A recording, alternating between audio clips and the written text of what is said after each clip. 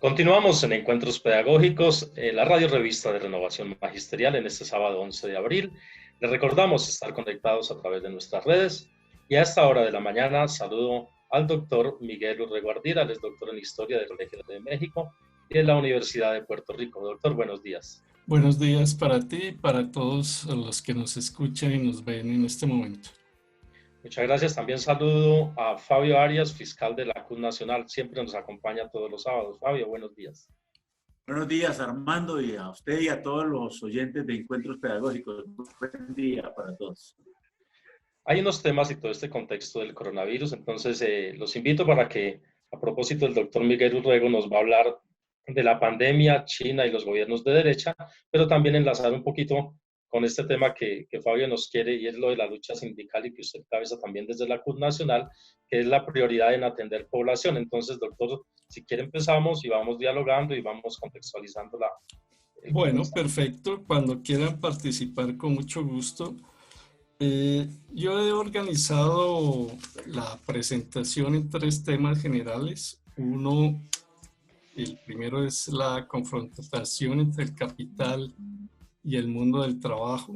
El segundo es una serie de tensiones políticas que se han desarrollado en Estados Unidos y en otros lugares del mundo. Y finalmente, un cambio en el panorama mundial, en el panorama internacional a raíz de la forma como los diferentes gobiernos han venido manejando el tema del coronavirus. Entonces, si les parece, muy rápido para ir directo al punto, sobre el primer tema, hay una confrontación muy fuerte entre el mundo del capital y el mundo del trabajo que se puede resumir a su vez en 3 temas. El primero es que exacerbó las tensiones con el neoliberalismo. El segundo es que hay una ofensiva muy fuerte contra los derechos de los trabajadores. Se están implementando una serie de reformas a nivel económico que van a ir en las conquistas laborales del siglo XX. Y finalmente hay una enorme presión por regresar lo más pronto al trabajo. ¿Qué es lo que muestra el primer aspecto? Pues 2 cosas o 3 cosas en el caso, si tomamos como ejemplo el caso de Estados Unidos. Primero, la fragilidad del sistema de salud pública bajo el neoliberalismo. El segundo, la extrema fragilidad del mundo del trabajo en términos de los derechos laborales. Y en tercer lugar, la situación de las minorías étnicas en Estados Unidos, que vienen siendo las más golpeadas, especialmente porque carecen del acceso a la salud pública y por otra parte porque tienen lo que se denomina unas comorbilidades, es decir, una serie de enfermedades como diabetes, sobrepeso, etcétera, que son originadas a su vez en las condiciones de vida que ellos tienen. El segundo aspecto es que estamos viendo una enorme ofensiva de... No, es que usted acaba de anotar, es lo que está pasando hoy en Colombia. Me imagino que esa es una apreciación general, ¿sí? Sí. Pero es exactamente que usted acaba de decir, es lo que está pasando con nosotros, ¿sí? Es evidente que en los temas de salud, aquí, pues no hemos llegado todavía a lo que llaman los expertos la curva más alta en la propagación del virus, y por tal motivo la mayor cantidad de gente que tendría que hacer uso del servicio médico. Evidentemente no hemos llegado a ese punto, pero aquí hay una profunda preocupación y una gran incertidumbre de que obviamente esta infraestructura que nosotros tenemos, que en materia de salud pública, que acabó y la destruyó totalmente el neoliberalismo, hoy vamos a pagar los platos rotos por ese tema, que es lo que ha pasado en todo el planeta, ¿sí? De tal manera que ese es un punto significativo en esta controversia. Y el otro punto, pues, es el tema de los derechos laborales. Evidentemente aquí el gobierno está dándole recursos al capital financiero y solamente a través de él se pueden tramitar esos recursos, pero para los trabajadores, es decir, para la población, a la gran incertidumbre de la salud se suma la otra gran incertidumbre, y es, ¿y yo mañana qué voy a comer si hoy no trabajé? que es el drama fundamentalmente de los desempleados, de los informales y de los que hoy están perdiendo el empleo por culpa de que todo el empresariado está resolviendo su lío despidiendo trabajadores. Así es, Fabio. Este segundo tema de la ofensiva contra los trabajadores la estamos viendo en tres cosas, así rápidamente. Primero, una tendencia a un endeudamiento externo mayor. Gobiernos como el de Colombia, como el de Ecuador, etcétera, están recurriendo al Fondo Monetario Internacional, que a su vez va a colocar una serie de condicionantes. El segundo es que el sector empresarial está demandando, por ejemplo, modificación de la legislación de medio ambiente. Está planteando la eliminación de las consultas con las comunidades, está planteando la necesidad de una legislación más flexible aún de la existente. Todo esto con el argumento de que se necesita generar empleos, que se necesita generar actividad económica, y lo que estamos viendo, seguramente tú sabes mucho y tienes mucha información sobre el particular, es esa restricción a las conquistas laborales y por otra parte una flexibilización aún mayor de las condiciones en las cuales se realizan las inversiones económicas. Y finalmente, dentro de esta confrontación entre el mundo del trabajo y el capital, estamos observando en muchos países una pretensión o un afán por regresar lo más pronto al mundo del trabajo sin atender a las consideraciones ni a las recomendaciones internacionales. Entonces, eso está acompañado de tres cosas. La primera es la improvisación permanente en términos de los tratamientos. Ustedes lo ven con Donald Trump, que un día dice que es una pequeña gripa, al otro día dice que los medicamentos contra la malaria, luego que seguramente cuando suba la temperatura, pero su obsesión es que se vinculen lo más pronto al mundo del trabajo. Y eso también lo estamos viendo, por ejemplo, en países como México, donde el presidente acaba de comprometerse con los empresarios del sector automotriz que si Estados Unidos reinicia las actividades en ese sector, aquí 5 días antes se comienzan a laborar las empresas, pero nunca se pregunta si eso tiene que ver con una condición sanitaria adecuada, si hay las condiciones, si hay recomendaciones de ese tipo, etcétera, ¿no? Y en el caso de Estados Unidos se percibe también este tema con el rechazo de Donald Trump y los empresarios al sector científico. Hay una pugna muy fuerte entre el sector científico y el gobierno en torno a las medidas, en torno a las estadísticas, porque lo que pretenden es comenzar de inmediato a trabajar ya. Es la batalla entre la economía y la vida, que se privilegia en determinado momento mucho más. Entonces es evidente que los que están pensando única y exclusivamente en la economía necesitan es que los trabajadores laboren y que abandonen inmediatamente el confinamiento. Y eso es lo que pretenden. Aquí en Colombia tenemos el mismo problema también. Iván Duque casi que no logra declarar la cuarentena, solamente lo hizo cuando se vio presionado, ya no solamente por la comunidad científica que ya se lo había recomendado de tiempo atrás, sino exactamente por los alcaldes y gobernadores que desde esos territorios dijeron que ese problema iba a ser muy grave y que lo mejor que podía hacer era inmediatamente empezar la cuarentena. Gracias a eso y especialmente aquí a la posición de la alcaldesa de Bogotá, el señor Duque le tocó hacer eso, y cuando la iba a levantar, que la tendría que levantar el próximo 13, hubo la misma polémica en todos los medios de comunicación entre el mundo científico, que evidentemente recomendaba que no se podía levantar la cuarentena, y obviamente la acompañaron muchos gobiernos territoriales, incluido también el de Bogotá, y le tocó entonces a prorrogarla hasta el día 27 de abril. Con absoluta seguridad que para el día 27 de abril vamos a tener la misma polémica. Y al final el tema es si usted va a salvaguardar o no la vida de la población, su salud, o definitivamente va a atender las presiones continuos y sistemáticos que hacen los empresarios en el país. Y no es un problema solamente de ir a trabajar, como usted lo dice mismo, Miguel, están interesados en hacer, mejor dicho, aprovechar la circunstancia para hacer una serie de cambios en los derechos laborales, que es lo que ya los empresarios han venido pidiendo. Ya empresarios aquí en Colombia están diciendo de que hay que aprovechar y de una vez establecer el contrato por horas, que es la máxima flexibilización laboral aquí en Colombia, y otros, especialmente los grupos financieros, el capital financiero, diciendo que hay que también aprovechar para hacer la reforma pensional.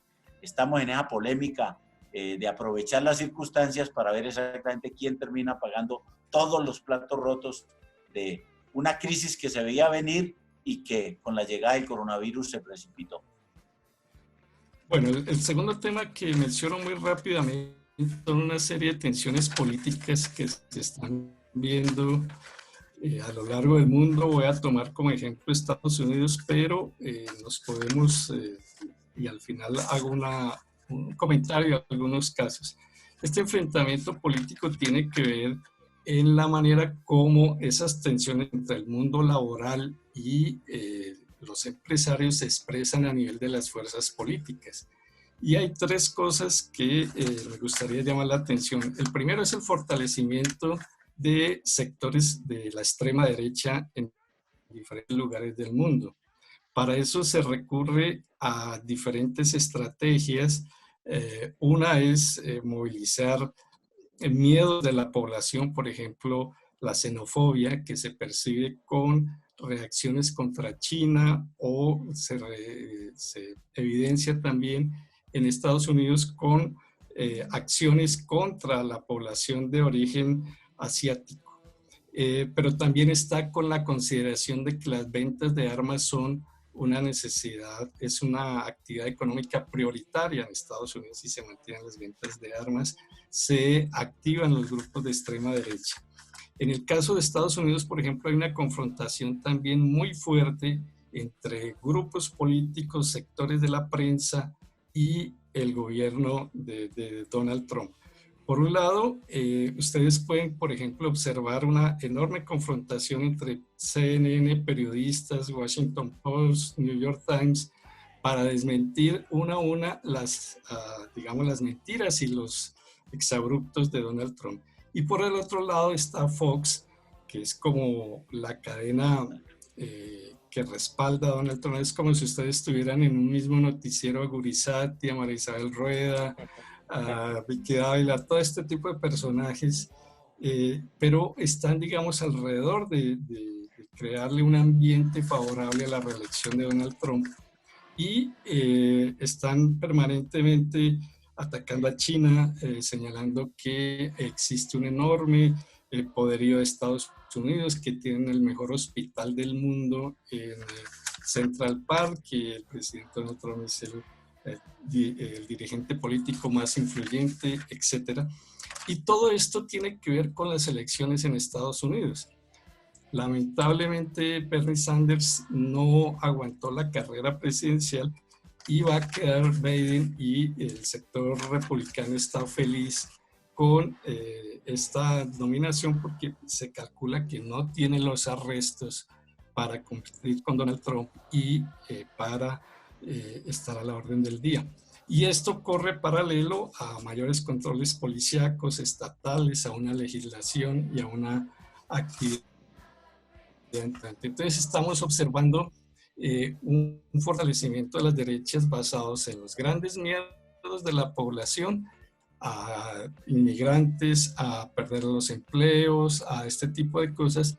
Y es posible que a pesar de todo lo que ha hecho Donald Trump, incluso tenga posibilidades de ganar la reelección si se exacerban estos temores y estos miedos. Entonces estamos viendo unas batallas políticas muy interesantes en Estados Unidos y en otros lugares del mundo entre estas derechas y estos sectores democráticos, sectores populares, etc.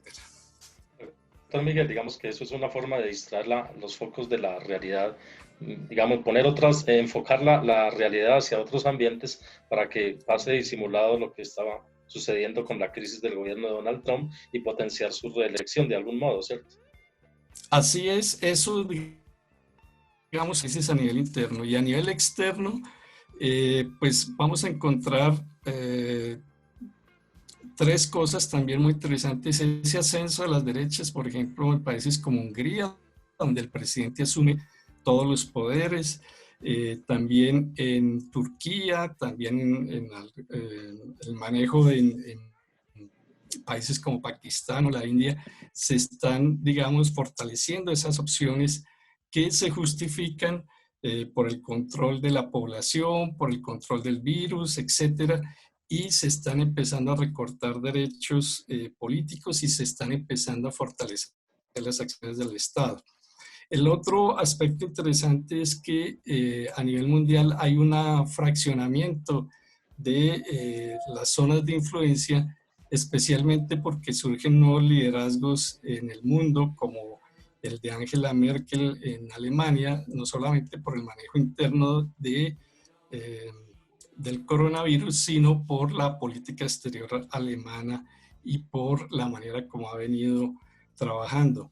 Ha decaído, por supuesto, Inglaterra, Estados Unidos, Francia, Italia, etcétera, y hay otra serie de repartos. Y el fenómeno, sin lugar a dudas, más interesante es el reposicionamiento de China por el rápido control del virus, por la manera como manejó la cuarentena, por los resultados obtenidos, que han llevado a, digamos, una idea de que hubo un manejo impecable por parte de los chinos, y esta ha sido la razón del enfrentamiento entre Donald Trump y la Organización Mundial de la Salud, porque la Organización Mundial reconoce, digamos, los avances chinos.